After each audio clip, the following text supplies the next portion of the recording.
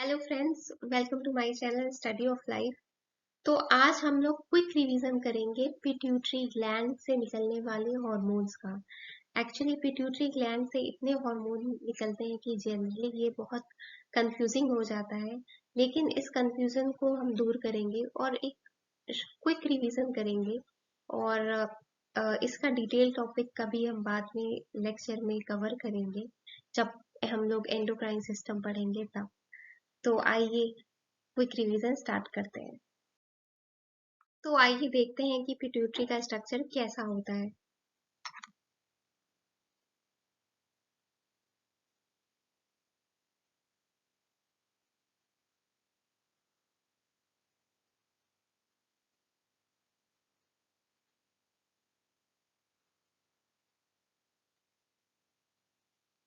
Pituitary का structure कुछ ऐसा होता है कि बाइलोब होती है और ये हाइपोथैलेमस के के नीचे के साइड लगी होती है। ये हाइपोथैलेमस से इस तरीके से जुड़ी रहती है कि हाइपोथैलेमस से सिक्रीशन इसमें आसानी से आ सके।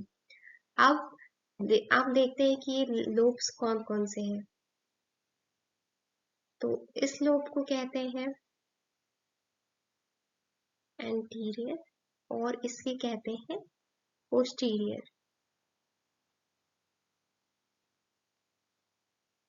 और या इसका जो है नाम, इसको एडिनो हाइपोफाइसिस भी बोलते हैं।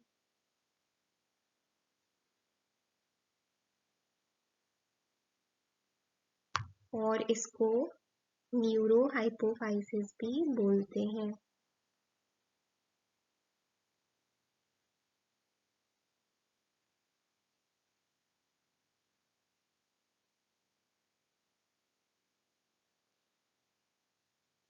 ये एडिनो हाइपोफाइसिस, इसके अंदर दो पार्ट होते हैं, सिक्रीशन वाइज और सिक्रीशन वाइज फर्दर।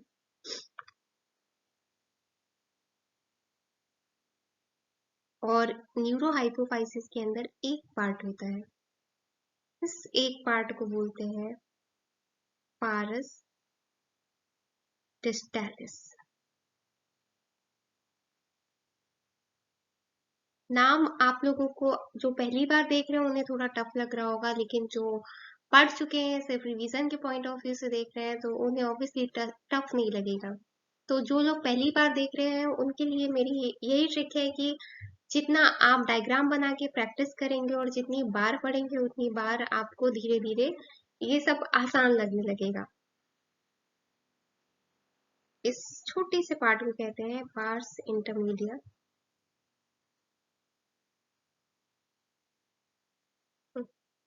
और ये जो पार्ट है पोस्टीरियर साइड ऑफ पिट्यूटरी में, उसको कहते हैं पार्स नर्वोसा। अब हम बात करते हैं कि ये पार्ट जो होता है पिट्यूटरी का, ये रेगुलेट होता है हाइपोथैलेमस से। और हाइपोथैलेमस इसको रेगुलेट कैसे करता है, आइए देखते हैं। हाइपोथैलेमस में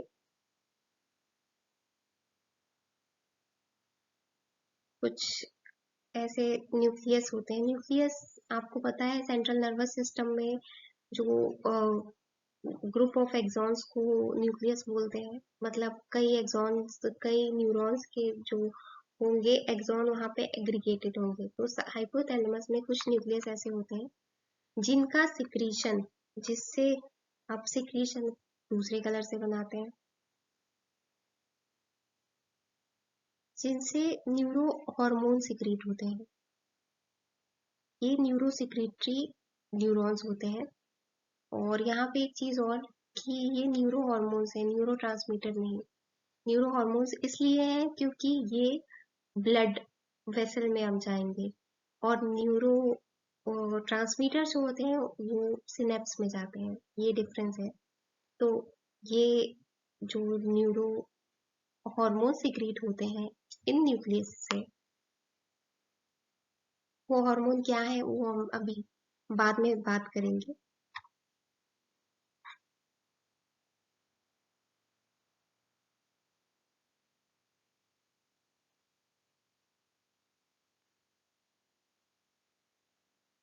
वो यहाँ पे ब्लड वेसल्स रहती हैं, फिर ये डायरेक्ट इस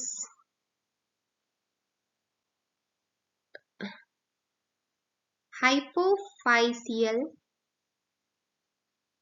पोर्टल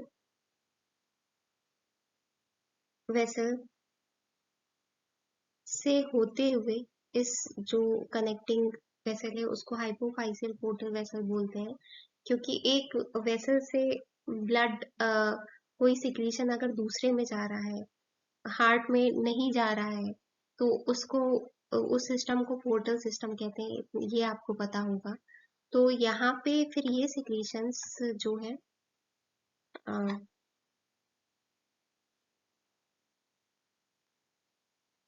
इस वेसल्स के होते हुए यहाँ पे आ जाते हैं पारस इंटरमीडिया और पास डिस्टेंस में, और इसके सिक्रीशन को कंट्रोल करते हैं। तो पहले हम ब्रीफ में ये देख लेते हैं कि ये क्या है, कौन से सिक्रीशन निकलते हैं। चूंकि ये ब्रीफ व्यू है पिट्यूटरी का, तो हम ज्यादा डिटेल में नहीं जाएंगे। It is just for revision. जो लोग क्विक रिवीजन करना चाहते हैं, ये उनके लिए है ये वीडियो। और तो ओके, अब बात करते हैं। अब इस सारी चीजों को मैं कर दे रही हूँ।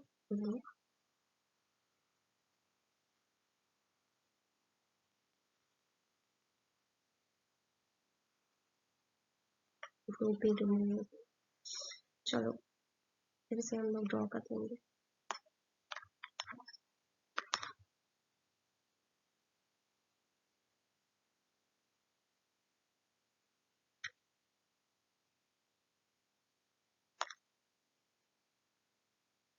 ऐसे था। ओके, तो अब क्या होते हैं ये हाइपोथैलेमस के न्यूक्लियस से निकलने वाले हार्मोन, जो कि एंटीरियर पिट्यूटरी से निकलने वाले हार्मोन्स को रेगुलेट करते हैं। आइए देखते हैं तुरंत। तो जो ये हार्मोन्स होते हैं वो या तो रिलीजिंग हार्मोन होते हैं या इनहिबिटरी हार्मोन होते हैं। रिलीजिंग हार्मोन जो कि किसी भी सिक्रीशन को इंक्रीज करेगा, इनहिबिटरी जैसा कि नाम से इनहिबिट करेगा। तो आइए, और ये कौन से, ये यहाँ पे है पिट्यूटरी से निकलने वाला हार्मोन, एंटीरियर पिट्यूटरी से, और उसको रेगुलेट करने के लिए ये हाइपोथैलेमस से निकलने वाला हार्मोन। तो पहला ग्रोथ हार्मोन, ये ग्रोथ रेगुलेट करता है। ग्रोथ ये कैसे रेगुलेट करता है?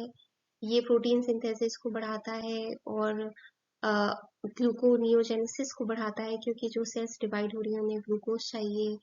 और इसके अलावा ये जो है मेटाबॉलिज्म को बढ़ाता है, जिससे ग्रोथ प्रमोट होती है। और इसका डिटेल में मैकेनिज्म हम तब देखेंगे जब हम एंडोक्राइनोलॉजी पढ़ेंगे।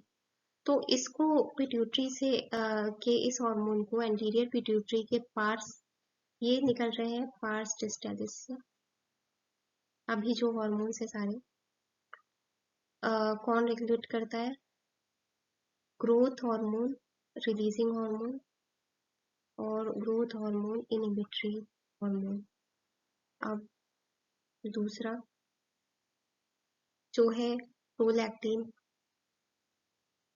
ये जो है milk formation in memory gland, इसमें ये हेल्प करता है। मिल्क इजेक्शन में ऑक्सीटोसिन हेल्प करता है। तो इसको कौन रेगुलेट करता है?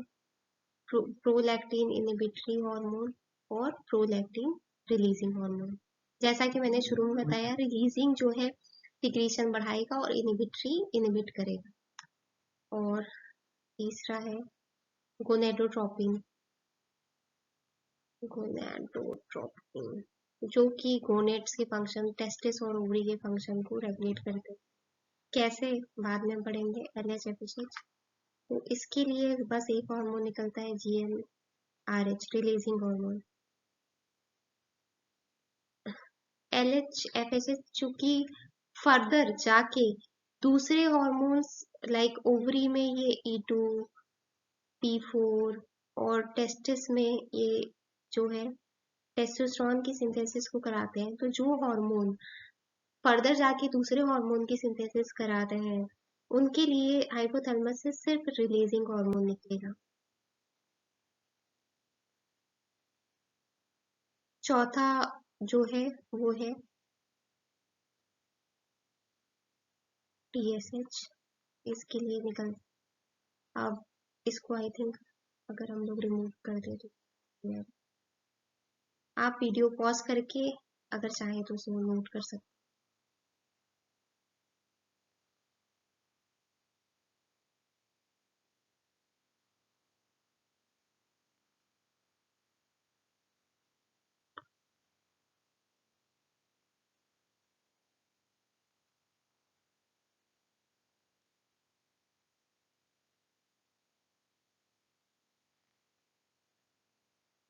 TSH, और इसको रेगुलेट करता है थायराइड रिलीजिंग हार्मोन, और ये थायराइड स्टिमुलेटिंग हार्मोन है। ये थायराइड ग्लैंड से थायराइड के सिक्रीशन को स्टिमुलेट करता है।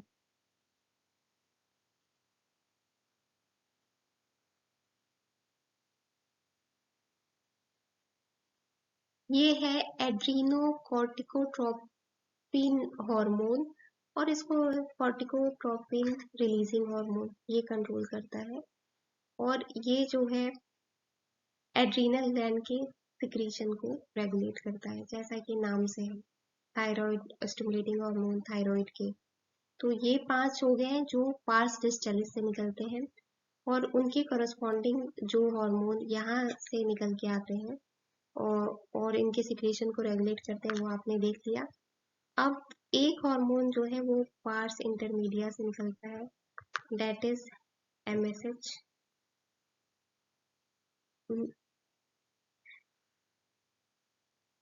मिलेनोसाइट स्टिमुलेटिंग हार्मोन, जो कि मिलेनिन के प्रोडक्शन को इन्हांस करता है,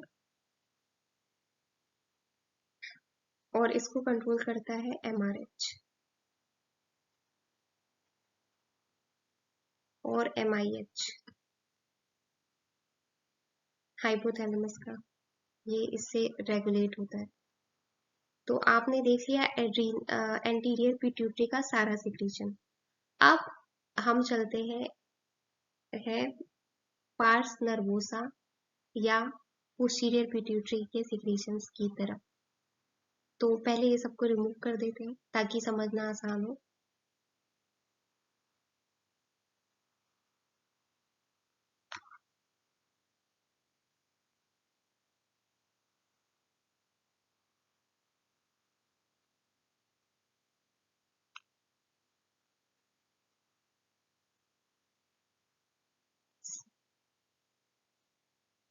अब पहले देखते हैं कि इसका कौन सा हार्मोन प्रोड्यूस करता है और कौन इसको कैसे ये हाइपोथैलेमस के सिक्रीशन से रेगुलेट होता है। तो सबसे पहली बात, पार्स नर्वोसा कोई भी हार्मोन प्रोड्यूस नहीं करता, ये सिर्फ हाइपोथैलेमस से निकलने वाले जो हॉर्मोन्स होते हैं उनको स्टोर करता है। एक्चुअली होता क्या है कि यहाँ पे हम चले तो यहाँ पे भी कुछ न्यूक्लियस होते हैं, और न्यूक्लियस जैसे मैंने बताया कि ग्रुप ऑफ एक्सॉन्स, तो एक्सॉन है तो इनका नीचे का पार्ट होगा ही।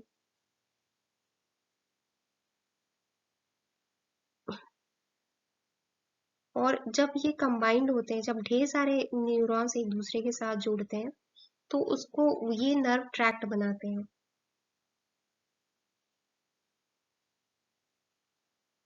This is nerve tract.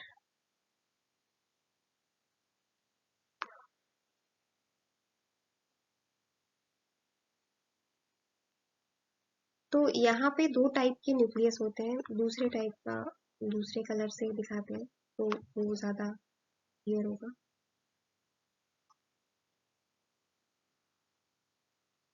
और ये भी आता है समान यहाँ पे। तो यहाँ पे 2 न्यूक्लियस होते हैं, PVN पैरावेंट्रिकुलर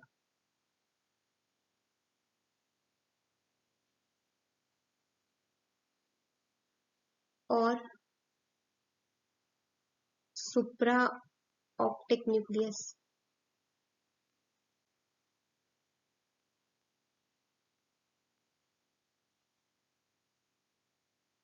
तो ये दोनों कुछ हार्मोन सिक्रीट करते हैं। दो तरीके के हार्मोन होते हैं। इस कलर से जो डायरेक्ट ये नर्व ट्रैक्ट से होते हुए यहाँ पे आते हैं पार्स नर्वोसा में और यहाँ स्टोर हो जाते हैं और फिर वो यहाँ से डायरेक्ट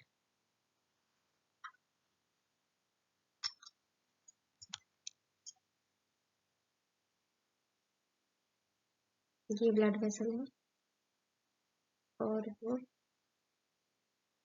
ब्लड में जाते हैं और अपना इफेक्ट दिखाते हैं।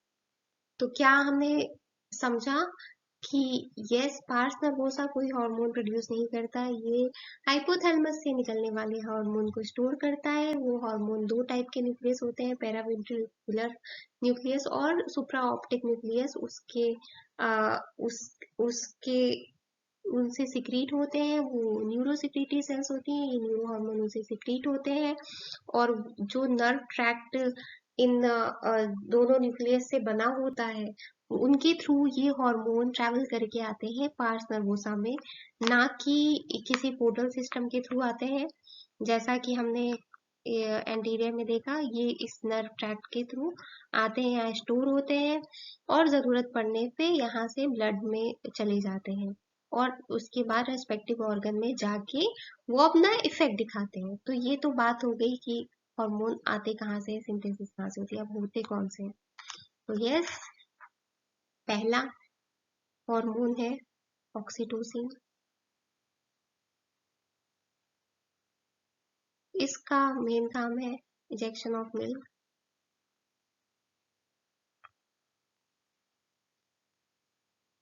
प्रोलैक्टिन मेमरी ग्लैंड में मिल्क प्रोड्यूस करने का काम करता है। इंजेक्शन में ऑक्सीटोसिन काम करता है।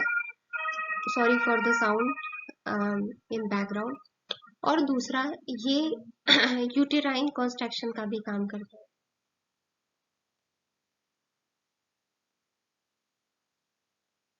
बर्थ के टाइम। और दूसरा जो हार्मोन है वो है ADH, anti diuretic hormone.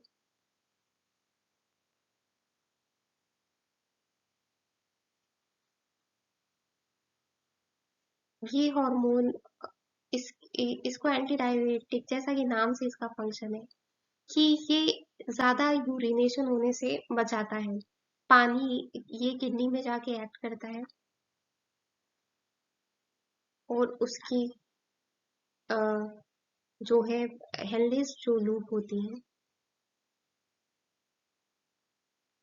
Water का रीएब्सॉर्प्शन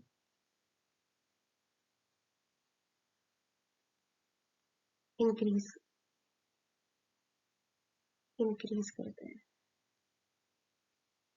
वाटर का रीएब्सॉर्प्शन ये बढ़ा देगा। मेन काम ये होता है, इसकी कमी से डायबिटीज इंसिपिडेस हो जाता है जिसमें कि पेशेंट एक दिन में 15 से 20 लीटर यूरिनेट करता है। फाइनली फिर अल्टीमेटली पानी की कमी हो जाती है। पानी की कमी से फिर इंसान ज्यादा दिन तक सरवाइव नहीं कर सकता और क्रिटिकल केसेस में डेथ भी हो जाती है। तो ये था एक क्विक रिवीजन पिट्यूटरी के हॉर्मोन्स का। तो चले फिर एक अगली स्लाइड में देख लेते हैं कि एक समराइज करें।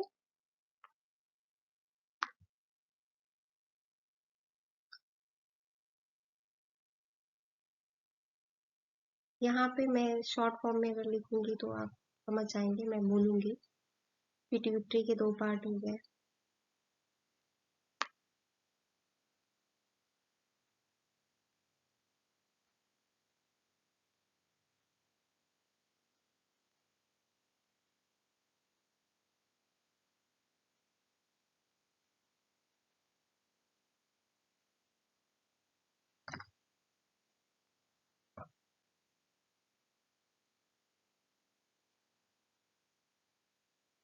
एडिनोहाइपोफाइसिस के पहले दो पार्ट हो गए, पारस इंटरमीडिया और पास डिस्टैलिस। पहले ये कर लेते हैं, ये छोटा सा है। इससे सिक्रीट होता है MSH, जो कि मिलिलीन प्रोडक्शन को रेगुलेट करता है, और ये कंट्रोल होता है हाइपोथैलेमस के। अच्छा, पहले हार्मोन देख लेते हैं फिर कंट्रोल देखते हैं, ये ज्यादा सही रहेगा। और इससे सिक्रीट होते हैं growth hormone, ACTH,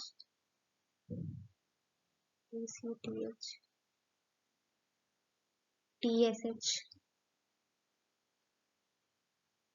prolactin, LH, और कोई था? लेट मी सी, बस। और इससे सिक्रीट होते हैं, मतलब इसमें जो स्टोर रहते हैं, ऑक्सीटोसिन और ADH। अब देखते हैं कि क्या रेगुलेशन के लिए ये रेगुलेट होता है हाइपोथैलेमस के MIH और MRH से। ये रेगुलेट होता है हाइपोथैलेमस के ग्रोथ हार्मोन रिलीजिंग हार्मोन और ग्रोथ हार्मोन इनहिबिटरी हार्मोन। ये रेगुलेट होता है TRH से। ये रेगुलेट होता है प्रोलैक्टिन इनहिबिटरी हार्मोन और प्रोलैक्टिन रिलीजिंग हार्मोन से। और ये दोनों रेगुलेट होते हैं GnRH से और GnIH से। और ये रेगुलेट होता है एडिनोकॉर्टिकोट्रोपिक हार्मोन रेगुलेट होता है कॉर्टिकोट्रोपिन रिलीजिंग हार्मोन। ये हाइपोथैलेमस के थ्रू रेगुलेट हुआ, जो कि हाइपोफाइसियल पोर्टल वेसल से आते हैं, जैसा कि पिछली स्लाइड पे मैंने बताया। और ये दोनों तो हाइपोथैलेमस के ही सिक्रीशन होते हैं, SON और PDN न्यूक्लियाई के, जो कि स्टोर रहते हैं। और तो ये है एक, अब आई थिंक आपको ये ज्यादा क्लियर हो गया होगा पिछली स्लाइड समझने के बाद। सो होप ये क्विक रिवीजन आपको पसंद आया होगा, और मिलते हैं अगली बार किसी और टॉपिक के साथ। Thank you.